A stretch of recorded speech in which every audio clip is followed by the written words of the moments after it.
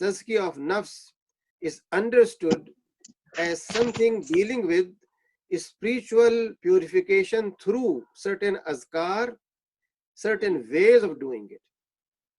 But the Quran simply provides us with guidelines and principles and leave details for the Sunnah to elaborate.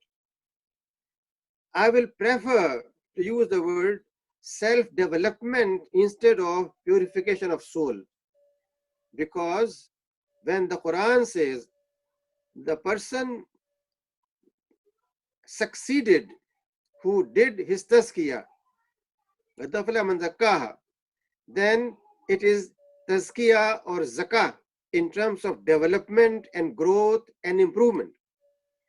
How this self-development takes place in the context of Ramadan and the Quran, I have simply 4 aspects to be emphasized in the beginning. First and foremost, the essence of Ramadan is ikhlas, niyah, or sincerity. A person fasts not to tell people, not to show by his behavior, but within his own self, her own self, sincere to Allah subhanahu wa ta'ala. Therefore, it stops oneself from food, from drink, and other activities. Therefore, ikhlas, niyah is the first dominant aspect of Ramadan, which is also the cornerstone of self-development in the Quran and Sunnah. This ikhlas niyah is expressed in 3 simple forms. First, by way of Sawm. Second, by way of Salah. Third, by way of Infaq. And all 3 are done in the month of Ramadan repeatedly by every believer. Second aspect of Ramadan and self-development is that it calls for perseverance or sabr and istiqamah. That means doing a thing persistently for 30 days, not 30, but even after that continuation. Therefore, Sunnah tells us fasting is for 30 days as obligation, but later on, every week, 2 fast, nafila, Monday on Thursday, or every month, 3 fast in the middle of the lunar calendar, 13, 14, and 15. So, continuation of fasting. Istiqamah, constancy, not failure for a single minute. Thirdly, development of an attitude of adl and tawazun. Fasting is not self-mortification. It is developing that balance in life where neither the excess of food nor abandonment of food, but food for the need of nourishment, not for just enjoyment. And lastly, it's a matter of developing oneself through development of community. Therefore, in Ramadan, it's not just me fasting, one person fasting, but it's a matter of how you are going to share your fasting with your fellow believers. Quite often, people assemble together to make collective iftar. If not, they exchange iftar from one home to the other. If they have cooked something delicious for themselves, they want to share with their brother. And similarly, during this month, extensive help and cooperation comes into existence. A person who cannot speak for his need, but we know about it, we go ahead and with all respect and dignity for him, offer him some gifts in the name of Allah subhanahu wa ta'ala. These 4 aspects dominate the whole month of Ramadan, and these are 4 cornerstones of self-development. I would like to look into it from a Quranic perspective, and for that, I have picked up only one Quranic ayah, which all of you know better than me, and I will try to go over its meaning with you. The ayah is known as Ayatul Bir. It is ayah number 177 of Surah Al-Baqarah. The meaning is, righteousness is not turning your faces toward the east or toward the west. True righteousness consists in believing in Allah and the last day and the angels and the book and the prophets and the giving away one's property in love of him to one's kinsmen and orphans, the poor, the wayfarer, and those who ask for help, and in freeing the necks of slaves and establishment of prayer and dispensing the purifying zakah. True righteousness is attained by those who are faithful to their promises once they have made it, and by those who remain steadfast in adversity and affliction, and at time of battle between truth and falsehood. Such are the truthful ones, such are the God-fearing. These are the persons who are muttaqi, who are sadiq, who are true. Now this Quranic ayah summarizes the whole concept of self-development and self-purification. It refers to 11 aspects. First and foremost, prayer, turning face toward east and west, is not the only expression of piety, bir, taqwa, kindness, sidq, but what constitutes true faith and iman and facing towards Allah is first and foremost that we hold to tawheed of Allah subhanahu wa ta'ala. Therefore it says belief in Allah subhanahu wa ta'ala. Along that, it refreshes that facing towards east and west must be coupled with belief in Allah, in last day, in angels, in book, in prophets. Having said these 5 things, then the ayah continues and tells us that now this faith or aqidah is to be integrated with muamalat, with society, with welfare, with development, with progress. Therefore, it says, giving away of what you like to the kith and kin, but does not stop there. Continuing, it says, giving away in the month of Ramadan, as the hadith tells us, the Prophet, peace be upon him, used to be extra generous, as if a fast wind of mercy is blowing, giving everyone whatever is possible. Therefore, the ayah continues, says that not only kith and kin, but giving to orphans, then to poor, then to wayfarer, then to freeing of people. We should note very carefully that the Quran repeatedly reminds us that wherever people are oppressed politically, economically, culturally, socially, they need to be liberated. Islam is for liberation. Therefore, if some people have been locked down in their own hometown, as the Quran tells us, it is obligation of Muslims to free them and let them be free as a citizens of world. Having said that, it says it is besides that establishment of salah, not just praying, but its establishment, the system of salah. Because the Quran says salah is not just your bowing down and making prostration, it's a matter of removing evil from society. Salah takes care of fasha and munkar from society. It creates adl, it creates peace, it creates love, it creates obedience to Allah subhanahu wa ta'ala, it creates care of human being. And therefore, it continues and says, not only zakah, but fulfillment of promises. We make a promise to Allah when we say, you are our Allah. Then we should not have economic gods, cultural gods, political gods, social gods, customary gods around us. Liberation from all those is part of not only the first point raised in the ayah, belief in Allah, but also here when the Quran says that you have to fulfill your promises. These uqood are not confined to making a promise to pay 10,000 pieces of gold, but it's a matter of all those promises we make towards ourselves, towards our dear ones, and towards society. And then ultimately it says, to be steadfast in all those situations of test and trial. Tests and trials come in different forms.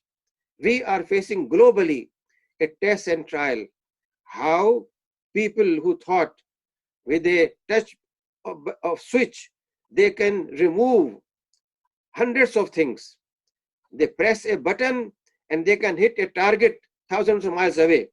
All those claims of human beings have been shattered and they have been confined to their own homes, their own cells, by one single problem, which is not even tangible, empirically verifiable, but just in a very, very microscopic situation, perhaps can be seen. Invisible fear. These kind of tests and trial remind a believer how a person should relate himself or herself to Allah subhanahu wa ta'ala. So the ayah gives us 11 important aspects. 5 relate with aqidah, belief in Allah, angels, books, etc. And the other relate with our welfare of society and development of society, development of individual by giving away. Islam is the only system of belief where we find that it transforms human psyche of receiving and giving. If we receive an award of a 5 kilos of gold, we think we have gained a lot. But the Quran tells us if you give away 5 kilos of gold, then you have gained 70 times, 700 times, 7,000 times, or perhaps more with Allah subhanahu wa ta'ala. Which means here giving away becomes the source of pleasure, satisfaction, accomplishment, and not the so-called entrepreneurial soul of capitalism, where gaining and gaining and gaining becomes the craze of the individual. Therefore, the ayah, although very simple, but it guides us in both areas which link our whole life with Ramadan and fasting. Fasting is not just keeping away from food and drink, but it's a matter of this development where aqidah grows, individual grows, society grows, and this development ultimately leads to a global development of a peaceful, fair, just, and honest society where people respect each other, where dignity prevails, where human beings are not enslaved and locked down because of their faith or persecuted because of their faith, but they are liberated from all kinds of oppression. This is very briefly how I look on the concept of self-development as it exists in the Quran and Sunnah, and for which this whole month has been designed. So we try to internalize our aqidah, not just by Qiyamul Layl, which is definitely to be done, part of Sunnah in our life, but besides that, more so, liberation of people, development of society, elimination of poverty, elimination of illiteracy, elimination of all those aspects which are eating up our resources of society. May Allah bless you all and guide us to the right path and give us strength to learn and benefit from this month of fasting as much as possible to improve ourselves, develop ourselves individually, collectively, and globally. Wa alhamdulillah rabbil alameen. Alhamdulillah, Jazakumullah khair, Prof. Anis Ahmad. Short and sweet, but very, we call it interesting. And before, I would like to invite others to raise a question, your hand, then to ask question, then we can unmute you. And it's a purification of soul in this Ramadan is very important. As in the computer, we have one concept called GIGO, garbage in, garbage out. What we process garbage, what we enter garbage, process garbage, and output also garbage. But during Ramadan, we process good things. We more tazkirah, more tadarus, more taraweh, and we process good things, and the output, the akhlaq also good. So, but unfortunately, when we go back to Shawwal, then we become back to square one, like to become naughty again. So, Prof. Anis, how to solve this? To maintain that this istiqamah during Ramadan. Jazakallah khairan. You know, I try to say very briefly that Islam does not believe in separation of soul and body and mind. In Ramadan, soul, body, and mind all are put together to go through a process of development. This development is not simply confined to azkar and taraweeh and qiyamul layl, but it is translated into behavioral change of giving away, of helping out, of changing our mindset.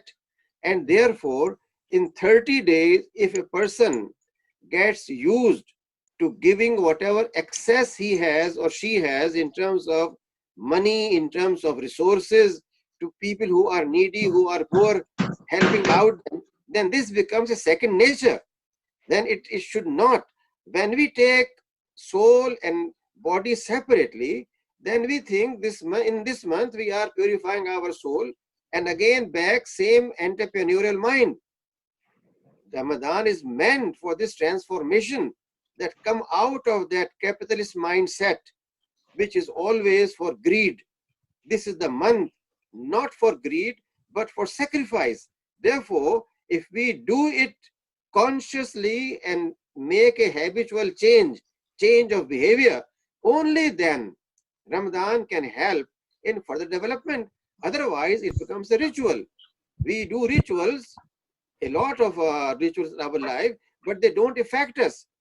Don't we find people who go to masjid regularly, at the same time they are involved in drug trade, they go for Hajj, still they have some businesses which are not halal, which means people draw a line between what is spiritual and what is so-called worldly or professional.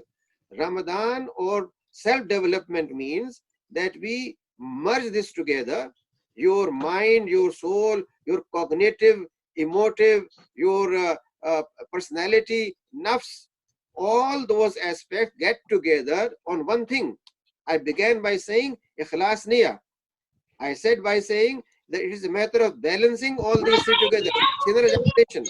Therefore, if we take Ramadan in its true spirit, not the conventional way of celebrations, only then, after Ramadan, we feel same spirit. Otherwise, we come back to square one, as you said.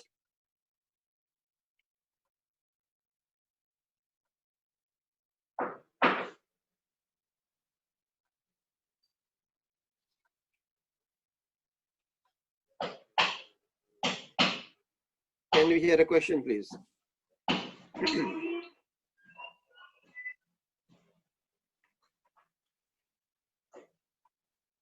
I can't hear you. Habib, go ahead.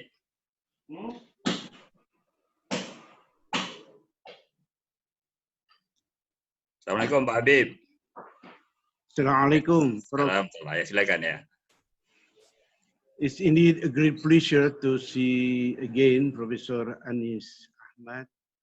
And I'm happy to hear that you mentioned in your first part of your presentation that there is a relationship between purification and the happiness. But aflaha man tazakka.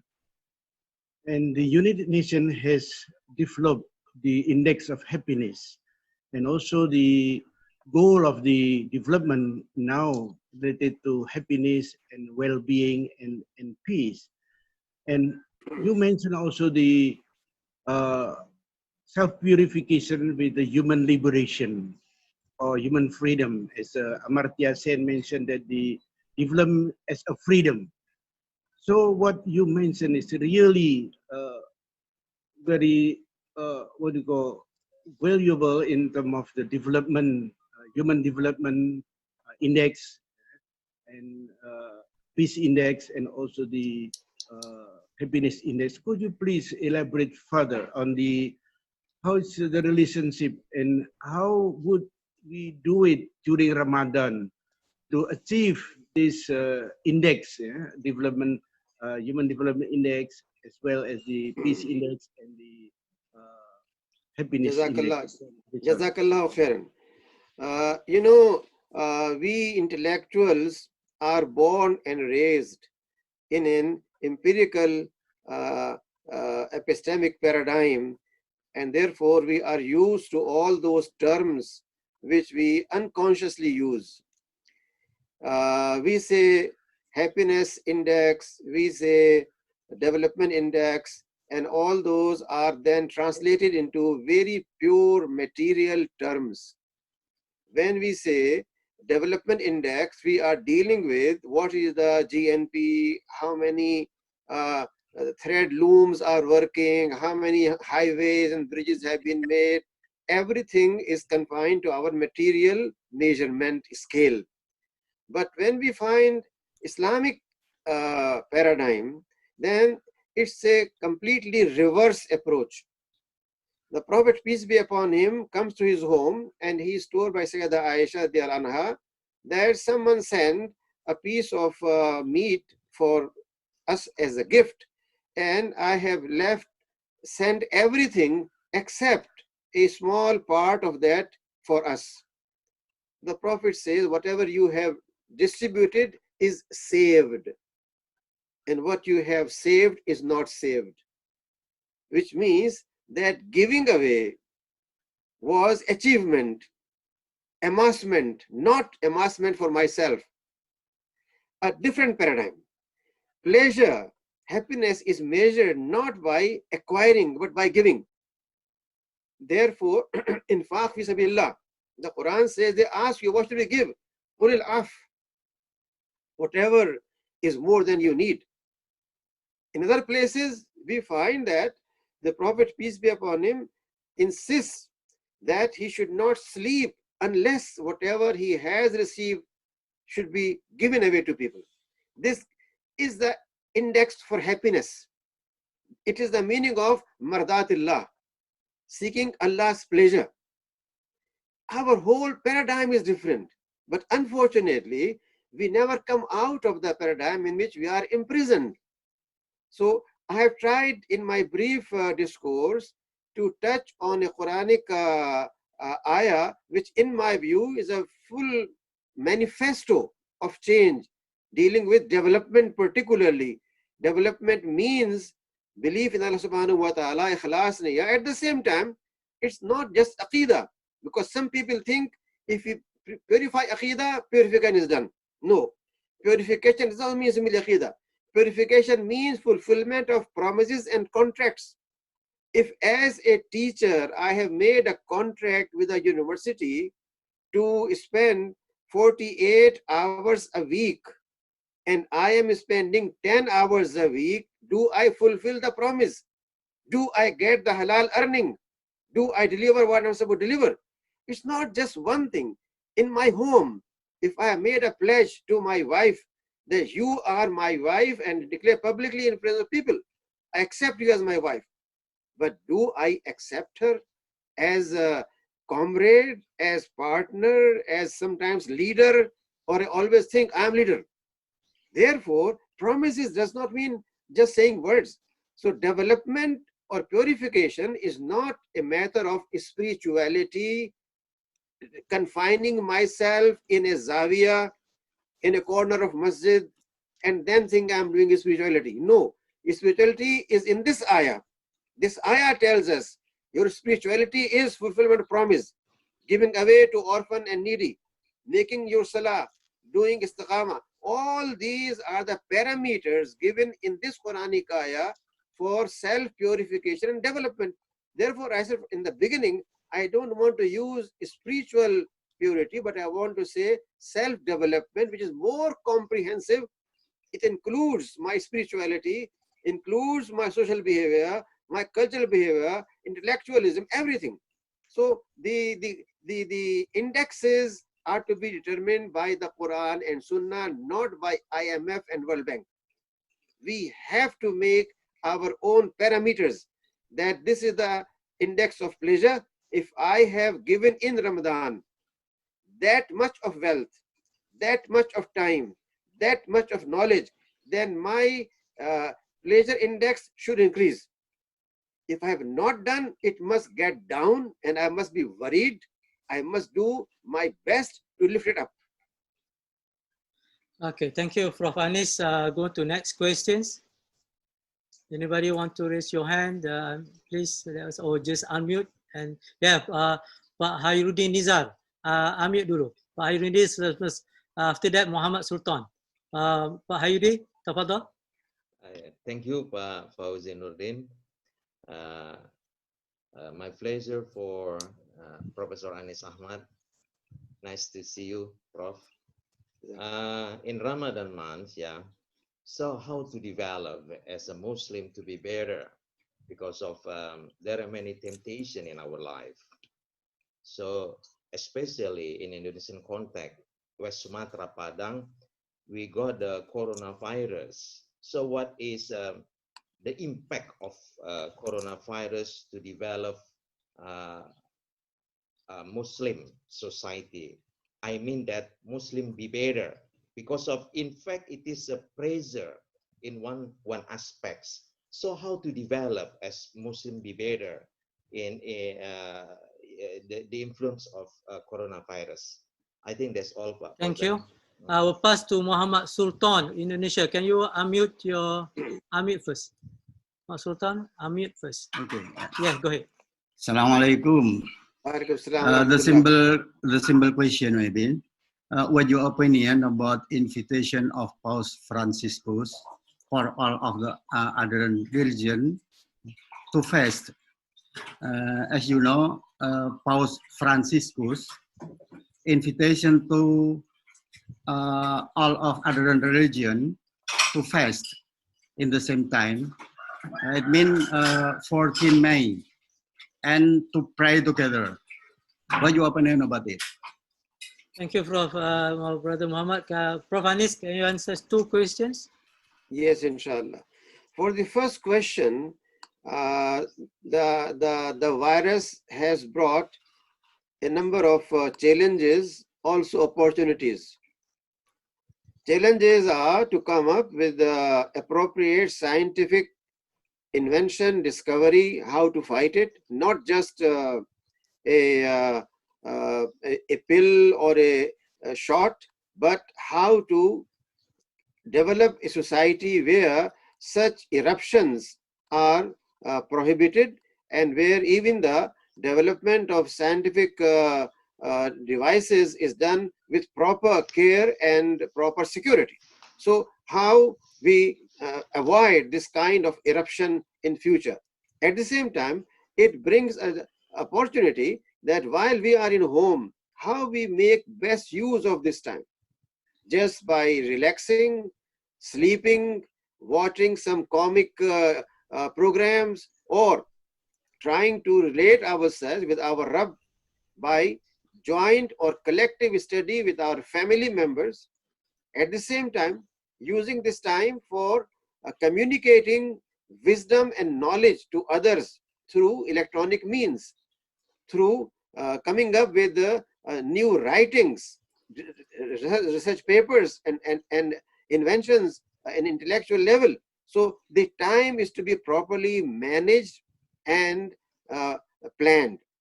Therefore, coronavirus should not be considered just a threat and fear, but also as an opportunity for our creative activities, and we can do a lot in that.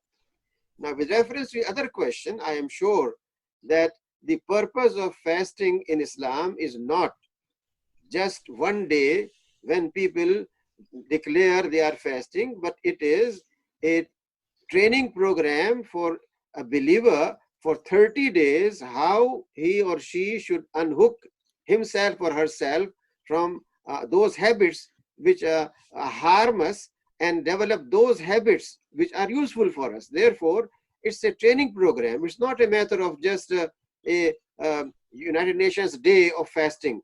It's not symbolic. It is actual. It's practical. It's beneficial. And it comes regularly throughout the history of mankind. We are not aware of any period when fasting was not made obligatory in one way or the other and for certain duration. So fasting is not just one day when we declare, Allah, we are serving you, but fasting means change of habit and behavior. So we continuously relate ourselves with our Creator. Thank you, Prof. Anis. We also have a guest from Malik Badri from Turkey. Can you unmute from Malik? Istanbul, from Istanbul. Malik Badri, can you unmute? He is our Sheikh. We should listen to him actually. Yes, can you unmute? Yeah, from Malik. Tafadhal, Sheikh. Yeah. Yes, Bismillah ar-Rahman ar-Rahim. I'm so happy really to see Brother Anis so vibrant. The same face of Professor Anis as Dean of Revealed Knowledge. And I should wish first of all to apologize to Brother Anis. He invited me to come to his university, but the first time I was in hospitalized. And then after that, it became, I was told not to travel very long journeys by air. That is why I apologize to 2 conferences in the United States and one in Indonesia. Now, what I want to bring you back to what Brother Fauzan said. Professor Fauzan mentioned the importance of spirituality, which you have mentioned, but I think we need to dwell a little bit on this.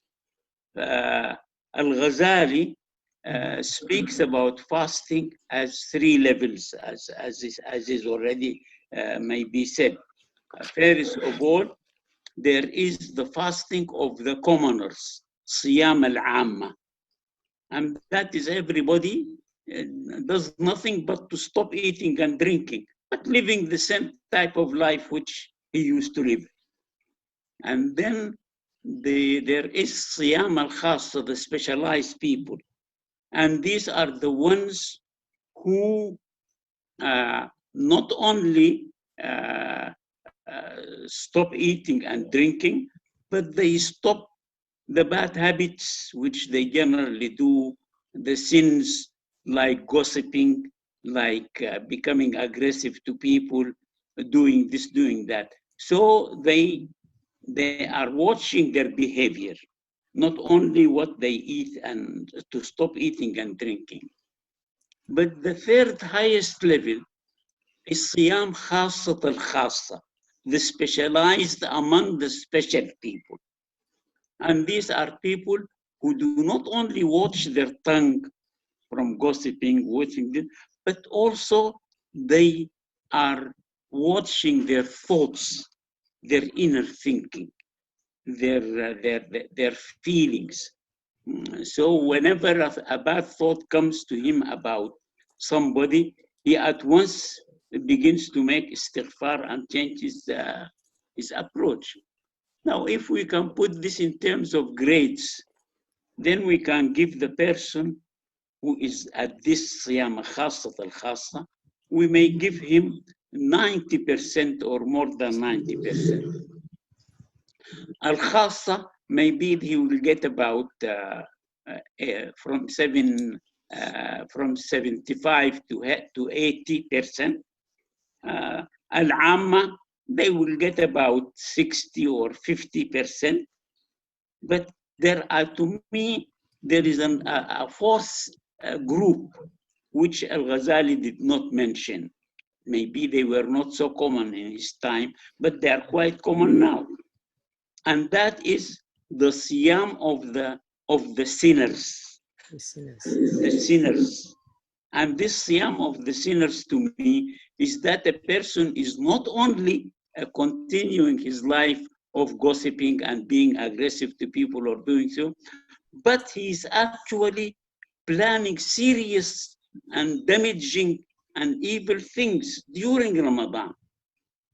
He's still lying in the internet and scandalizing people, doing this, doing that. This group of people, unfortunately, now is quite a lot in the Islamic world. I hardly now believe anything in the WhatsApp.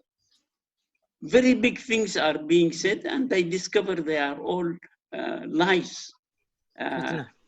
Such people, I expect, will not only get about 0 in their siyam, but they maybe get by the minus. May be failing and getting minus. So I honestly believe today, if we have a very large group of Muslims who are of al-khassa, of the specialized, and some who are specialized among the special, and they make dua, Allah will raise, will stop this epidemic, pan-epidemic. Allah will answer immediately. وَلَئِنْ سَأَلَنِي لَأُعْطِيَنَّ. He reaches the level in which if he asks Allah, please Allah do so and so, Allah will do it. لَأُعْطِيَنَّ. It is for sure that if he asks, I will give him. Unfortunately, these types of people now are quite rare, and we need to make use of Ramadan in seeing where do we stand, our grade, and whether we are going to fail or to pass. Thank you very much. Jazakumullah khair, Prof. Malik Badri from Istanbul. His father of us. Yeah, go ahead, Prof. I would like to thank our elder brother and Sheikh, Professor Malik Badri, and I have always been his admirer and always love him, and maybe Allah subhanahu wa ta'ala give him more health. The points he has raised actually help me in what I said earlier, that we have to have our own grading, our own ranking, our own benchmark, and the benchmarks he has provided are extremely important to understand, that persons who are trying their best but at the common level, a level which is second, and level third, which is of people who are trying to leave all their habits which were unethical, and now they are developing their self, their person. At the same time, he has referred to the role of dua and the role of intention, niyyah. A person who is involved in day and night serving internet, even if this person makes niyyah and dua, Allah subhanahu wa ta'ala will listen to him and relieve him, because he says, do not be desperate. La taqnu min rahmatillah. He calls again and again, Anibu ilallah, come towards me and I am going to welcome you. So this month particularly helps us in self-evaluation, in which grade we are. At the same time, it calls for a positive action on our part to make dua and intention to increase in our hasanat and get rid of whatever are sayyat. Shukran. We have Brother Zakaria Lamputeh from Thailand. Please unmute and ask question. Prof. Zakaria. Assalamualaikum. Assalamualaikum warahmatullahi wabarakatuh. Prof. Fauzan, and also Prof. Anis, Ahmad. I'm very happy to see all the Kibar Ulama here, alhamdulillah. I got very brief question. This is about may I relate it a bit back to the what's going on in the pandemic of the COVID-19 at the moment, sir? Because there is one statement of the one of the Muslim group here in Thailand, where they say that I fear to Allah more than I afraid of the coronavirus diseases. So from this point of view, I would like to hear from you that, because we are talking about let's get to nafs, and you mentioned about the first point of yours is that the ikhlasun niyyah, and also the 4 points that about the development of oneself to development of the community. Okay, sorry. Go ahead, Zakaria. Okay. So may I hear the comment from you, Professor Anis, on this, because they say this statement, and at the same time, it's very hard for us, especially for the religious communities, to deal with the people who think like this and who say like this during the pandemic of the coronavirus diseases. Thank you. Okay, Tafadhal, Jazakallah. Prof. Anis. Jazakallah khairan. You know, fear of Allah subhanahu wa ta'ala means that we do all those things He has asked us to do to please Him and avoid all those which annoy Him. Allah subhanahu wa ta'ala never said that if you know a person is infected, then go and embrace him. He never said, if you find a burning fire, go and jump into it. He always said that you have to use your judgment, ethical judgment, rational judgment, the judgment based on Quran and Sunnah. Therefore, those who say fearing Allah is bigger or fearing virus is bigger is a wrong question. Fearing Allah means that we fear Allah subhanahu wa ta'ala and save ourselves from whatever is wrong.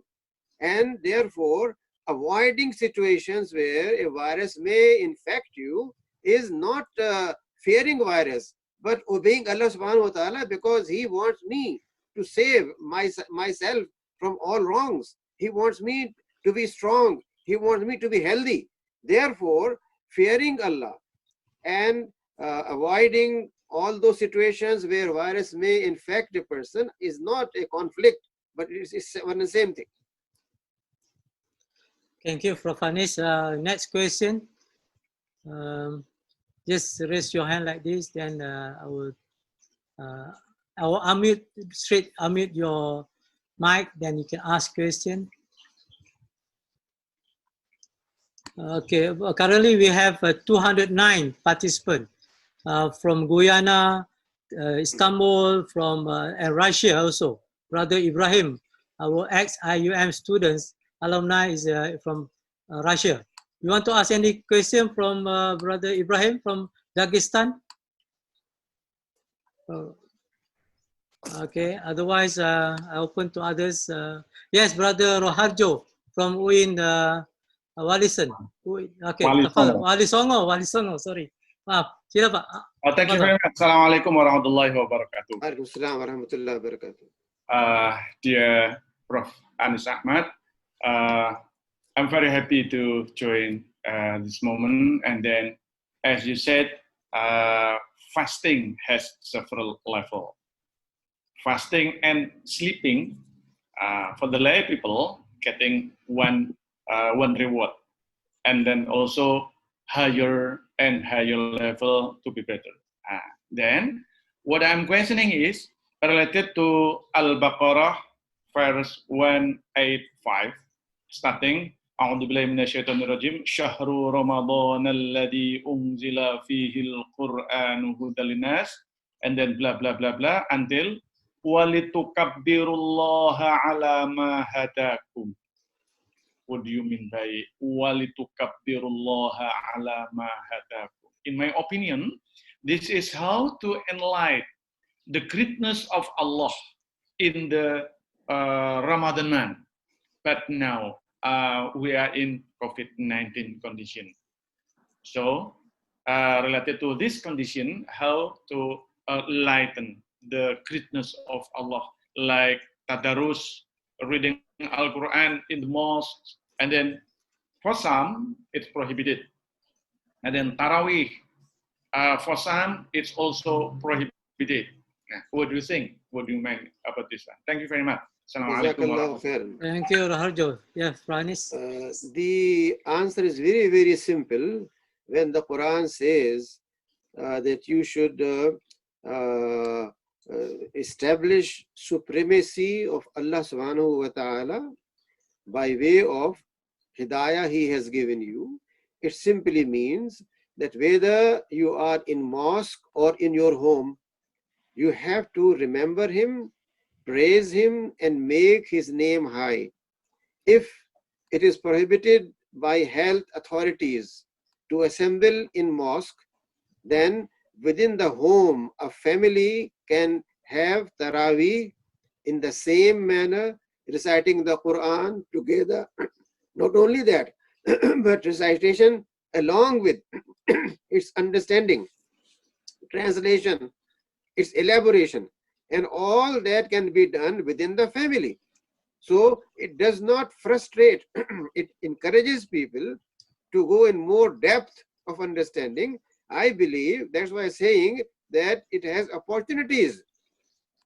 And that means every family member, even if there is no family, if there are a few friends living in a hostel and they are not infected, they should get together in their own sitting room and spread a prayer carpet and make their Salatul Tahajjud, Salatul Taraweeh there, make their congregation prayer there and recite the Quran. No one can stop us from elaborating and raising high the name of Allah subhanahu wa ta'ala, even in this case of the virus spread in many Muslim countries. Jazakumullah khair, Prof. Anis. I think that was there will be a last question. If you want to unmute to ask question, otherwise we're going to close for this session for today, and we're going to have another session next week. Inshallah, we're going to invite Dr. Imtiaz from ISTAC, and he's going to talk about multi-religious and Ramadan. And next one is Dr. Antonio from Indonesia. Any last question? Yes, Professor Dr. Fauzan, I would yes, like to go ahead. ask. I'm talking from Turkey. Turkey? Yeah. Okay. Turkey. I would like to ask Professor Anis, in our society, we see that some people, they fast during the Ramadan, but unfortunately, there is no change in neither their behavior nor their other activities. For example, some of them, they just simply fast. Although it's a very difficult task for the body, but they do not pray regularly, even for prayers. So how can we explain this situation? Why people, although they are fasting, but they are not doing other activities, even during the Ramadan? Thank you. Anis?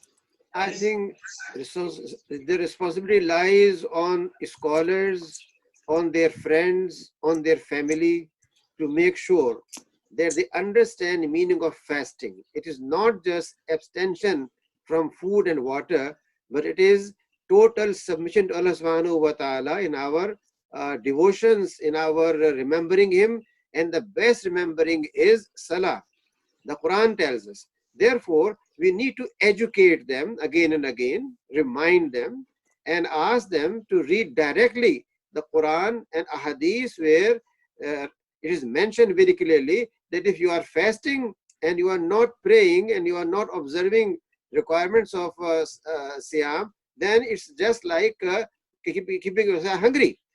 Allah does not need that hunger at all. So we have to educate them. We have to continuously make effort to share with them what are the benefits till they are convinced. It's a matter of lack of knowledge, lack of understanding, but still we must appreciate at least they are fasting without knowing the meaning. It is just like a person who comes to masjid regularly but does not know the meaning of prayer. It's our job to let him know the meaning of prayer and then let him share how khashya can be created in prayer. It's our job. So we should do our job, and I'm sure if we appropriately educate our brothers who are doing things mechanically, then they will learn how to do it meaningfully, and that will bring change in their life, inshallah. Jazakumullah khair, Prof. Anis Ahmad. I guess this for today, and inshallah we're going to see next week. Thank you, Prof. Malik Badri, the father of Islamic psychologist all the way from Istanbul. We have brothers from Guyana, from Russia, Dagestan, Zarina Ho and Bubakar Mua from Hong Kong, from Cambodia, from Thailand, of course from Indonesia, and all over the world. Alhamdulillah, we have up to 212 participants today. Inshallah, we're going to target for 500, inshallah, one day. It is a blessing of COVID-19, where before this, we don't have this kind of opportunity to meet each other in virtual world. And we hope, and from Brother Tijani Ahmad also, and we have Prof. Dr. Manu Manuti, and Prof. Dr. Said Hamid, from Dato' Asha, from all over the world. Alhamdulillah, Taroni, Randabe. You from Taroni, you are from where, Yaki? Algeria. Algeria, I'm from mashallah. Algeria, but I'm in Malaysia, here in UAE. Oh, yeah, Malaysia, UAE. Okay, Jazakumullah khair. And inshallah, we'll see you again next week. Normally, we meet 2:30 except on Thursday, but sometimes we have a special, like from Malik Bari, we do it on Friday, and from Anis Ahmad, we do it on Saturday. Prof. Malik, you want to say something, I guess. Prof. Malik, you want to say something? Yes. Yeah, go ahead. You want to say something? Yes, if I can say last few words. Yes. Then I will say also thank you to Brother Anis. But I would like to bring this point. I think when Al-Ghazali said that those who are specialized, the special of the special, will watch their thoughts, I think he's saying a very important point psychologically, because he's actually saying to us that it is our thinking that develops our feelings and our emotions. We generally forget the importance of emotion, the importance of this is the level of ihsan, worshiping God as if you are seeing God in front of you, because if you don't see him, he's seeing you all the time. Now this to me is a very important aspect, that Allah did not make us slaves only with our rationality and mind, but also with our feelings, just before I close my talk, I will remind people that there is a Sahabi who used to take alcohol and to be punished for taking alcohol. But he used to make fun, which the Prophet used to laugh at and to enjoy his company. When one of the, I think it was Umar ibn al-Khattab, said, may Allah curse you. Every time you drink, they punish you. Then again, you go to drink. Then the Prophet said, don't curse him. He is a man who loves Allah and his Prophet. And he is saying in another form of the hadith, it is a man whom Allah and his Prophet love. Now he's doing a big sin, but he's loved and he loves. With this shows the importance of emotion. We don't need only to think that only by our thinking, by our decision, we are khalas worshipping Allah. We'll have to have this, our heart, not only our mind. Thank you very much. Jazakallah khair for Malik Badri. Now we more than 1 hour. We start 2:30, now 1:35. And Alhamdulillah, thank you, Prof. Anis Ahmad. And I'll be glad Prof. Malik joining us too. It's like a bonus for us. And inshallah, we see you again in this virtual world. And thank you, Brother Sharan, man behind the scene. And for everybody, may Allah bless us in the month of Ramadan. And we, inshallah, our fasting is according to the highest, like Prof. Malik Bari said, 90 plus. Khasa and Qasiyah is like the highest A student, inshallah. We close with Tasbih Kafara and Surah Wal-As. Subhanakallah wa bihamdika. Wal-As insana fi khusr illa Thank you, brother. Yes, thank you. Assalamualaikum warahmatullahi wabarakatuh. Assalamu warahmatullahi wabarakatuh. Jazakallahu khairan. Barakallah fiik.